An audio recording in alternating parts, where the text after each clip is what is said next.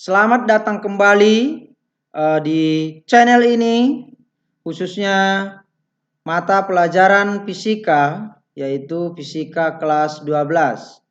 Silakan ditonton video ini, disimak apa yang sudah dijelaskan melalui video ini. Semoga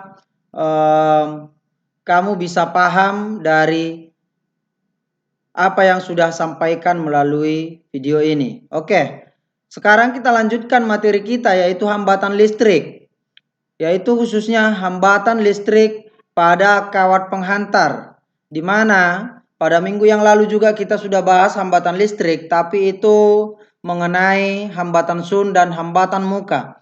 Bahkan contoh soal juga kita sudah pelajari ya, sudah saya jelaskan bagaimana untuk penyelesaian contoh soal dari hambatan sun dan hambatan muka. Sekarang kita lanjutkan hambatan listrik, khususnya hambatan untuk kawat penghantar.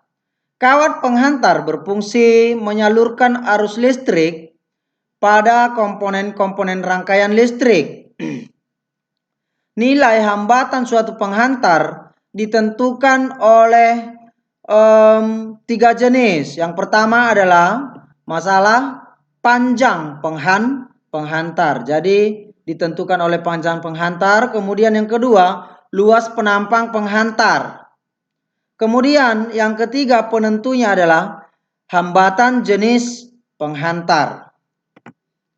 Rumus hambatan penghantar dapat dituliskan sebagai berikut, yaitu R sama dengan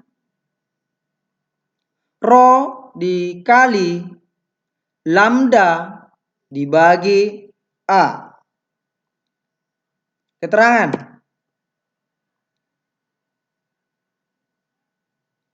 R sama dengan hambatan penghantar, satuannya ohm. Kemudian Rho adalah hambatan jenis, yang satuannya ohm meter.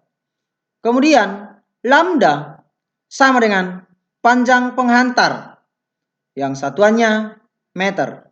Dan A adalah luas penghantar, luas penampang penghantar, satuannya meter kuadrat ya. Dimana kalau luas ini satuannya meter kuadrat. Beda dia kalau panjang. Kalau panjang dia hanya meter. Oke, saya harap di situ bisa dibedakan. Dalam persamaan ini terdapat besaran baru yang disebut dengan hambatan jenis. Itu tadi ya, hambatan jenis atau Rho. Hambatan jenis merupakan ciri khas suatu benda. Oleh karena itu, nilai hambatan jenis atau resistivitas setiap benda berbeda-beda. Jadi, untuk menentukan nilai resistivitas ini dipengaruhi oleh suhu benda yang dapat dirumuskan sebagai berikut.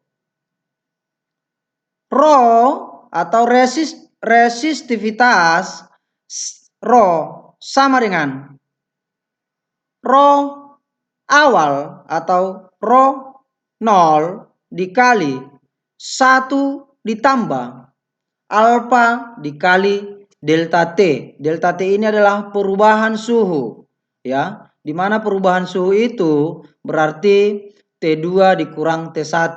Delta T sama dengan T2 dikurang T1. Oke, keterangan. Berdasarkan persamaan di atas, dapat persamaan sebagai berikut. Iya, di sini Rho sama dengan Rho sama dengan Rho awal dikali 1 ditambah alfa dikali delta T. Dari persamaan ini muncul persamaan sebagai berikut. R sama dengan R0 atau R awal, hambatan awal dikali 1 ditambah alfa dikali delta T ya. Berarti ini rohnya diganti menjadi R. Karena ini adalah sama-sama hambatan. Oke, keterangan. R itu adalah hambatan yang satuannya ohm. Dan R0 adalah hambatan awal. Satuannya tetap juga ohm. Kemudian delta T ini adalah perubahan suhu. Perubahan suhu di mana delta T sama dengan T2 dikurang T1. Artinya perubahan suhu akhir dikurang suhu awal. Oke, sampai di sini paham ya? Di mana untuk mencari perubahan suhu. Kemudian yang terakhir adalah alfa. Alfa itu sama dengan koefisien suhu, di mana satuannya per derajat Celcius. Oke, sampai di sini persamaan-persamaan yang bisa saya jelaskan. Saya harap sampai di sini bisa dipahami. Kita lanjut ke contoh soal. Hambatan kawat pijar pada suhu 0 derajat Celcius adalah 6 ohm. Oke. Berapakah hambatan pada suhu 1000 derajat? Artinya dari 0 derajat diubah menjadi 1000. Berarti suhu awalnya adalah 0, kemudian suhu akhir adalah 1000 derajat Celcius. Ya. Jika koefisien suhu atau alfa sama dengan 0,004 per derajat Celcius. Ya, ini contoh soalnya. Berarti yang namanya kita menyelesaikan soal dari fisika, kita harus cari tahu dulu apa yang diketahui dan apa yang ditanya. Ya. Oke, kita lihat apa yang diketahui. Ya, yang diketahui yang pertama itu adalah T1 atau suhu awal, yaitu sama dengan 0 derajat Celcius. Kemudian diubah menjadi suhunya menjadi 1000 derajat Celcius. Berarti T2 sama dengan 1000 derajat Celcius. Kemudian hambatannya adalah 6 ohm. Berarti ini hambatan bahan ya. Hambatan bahan awal.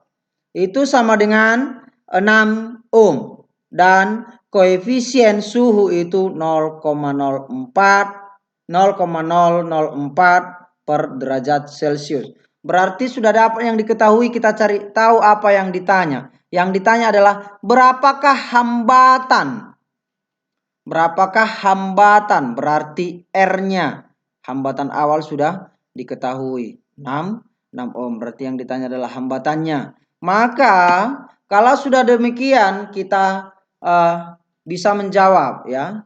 Kalau yang ditanya R-nya berarti rumusnya adalah R sama dengan R0 dikali 1 ditambah alfa dikali delta T. Delta T itu adalah perubahan suhu ya. Oke, dimana tadi untuk perubahan suhu atau delta T bisa kita cari dengan T2 dikurang T1. Oke, kalau sudah dapat rumusnya, masukkan angkanya. R sama dengan R0 tadi sudah diketahui 6 ohm, berarti masukkan 6 ohm dikali, masukkan rumusnya 1 ditambah alfa tadi juga sudah diketahui besarnya 0,004. Oke, masukkan 0,004 untuk alfa. Kemudian dikali delta T. Untuk mencari delta T saya sudah berulang-ulang saya katakan T2 dikurang T1. Berarti T2-nya tadi 1000, T1-nya 0. Oke, sampai di sini jelas ya? Sampai di sini jelas. Oke, lanjutkan penyelesaiannya. R sama dengan 6 ohm tetap ya, 6 ohm. Dikali 1 ditambah 0,004 dikali. Penyelesaian tadi dari delta T itu T2 dikurang T1 sama dengan 1000 karena 1000 dikurang 0 1000. Kalau sudah selesai sampai di sini, pertama kalikan dulu 0,004 dengan 1000. 0,004 dikali 1000 sama dengan hasilnya 4. Maka masukkan lagi. 6 dikali 1 ditambah 4. 1 ditambah 4. Maka 6 dikali 1 tambah 4 sama dengan 5. Berarti 6 kali 5 sama dengan 30 ohm. Ya. Oke, sampai di sini dulu penjelasan yang bisa saya sampaikan. Ya. Pembahasan tentang baik itu pembahasan soal dan rumus ya. Sampai di sini saya harap kamu bisa paham ya. Oke, sekarang tugas atau soal yang harus kamu kerjakan.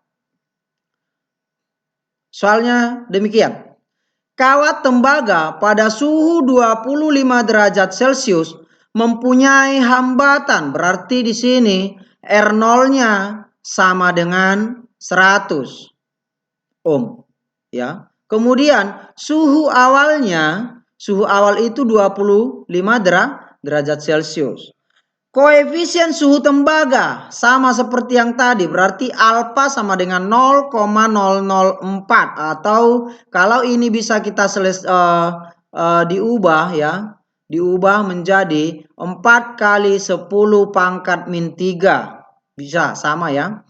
Jika hambatan kawat tembaga menjadi 212 ohm, berarti ini hambatannya juga sudah diketahui, berarti R juga sudah diketahui. Yang ditanya adalah suhu kedua, T2 itu yang ditanya ya. Jadi saya harap pahami dulu soal ini dan pelajari contoh soal yang tadi dan kerjakan soal ini ya. Demikian penjelasan dari saya. Untuk penyelesaian soal ini nanti silakan ditulis di buku dan hasilnya difoto kirim lewat WA pribadi saya. Oke, sekian. Terima kasih. Semangat!